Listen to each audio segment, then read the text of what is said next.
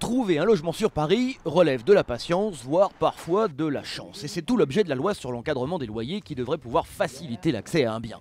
Plus d'un tiers du revenu des ménages parisiens est consacré au loyer. Grâce à cette mesure, un tarif de référence sera fixé et il ne sera pas possible de payer 20% de plus ni 30% de moins que ce loyer de référence. 4 critères le déterminent. Le type de location, nu ou meublé, le nombre de pièces, l'année de construction et le secteur géographique. En l'espace de 10 ans, les prix des loyers sur Paris ont augmenté de 42%. La loi sur l'encadrement des loyers devrait donc permettre de donner un peu d'air aux locataires, mais côté propriétaire, rien n'est moins sûr. Les vrais appartements qui vont être impactés sont au fond les petites surfaces. Aujourd'hui, dans Paris, pour se loger avec une petite chambre de 15 mètres carrés, un lit, une douche, un coin cuisine et toilettes, ça coûtait globalement 500 euros. Si on applique par exemple un loyer médian à 22 euros le mètre carré, on va se retrouver avec des loyers qui tourneront autour de 300 et quelques euros, à la place de 500 euros. Donc là c'est bien, ça va faire baisser les loyers.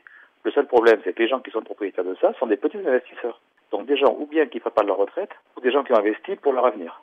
Donc brutalement, vous allez réduire leur revenu de 30%, 40%. Une exception malgré tout.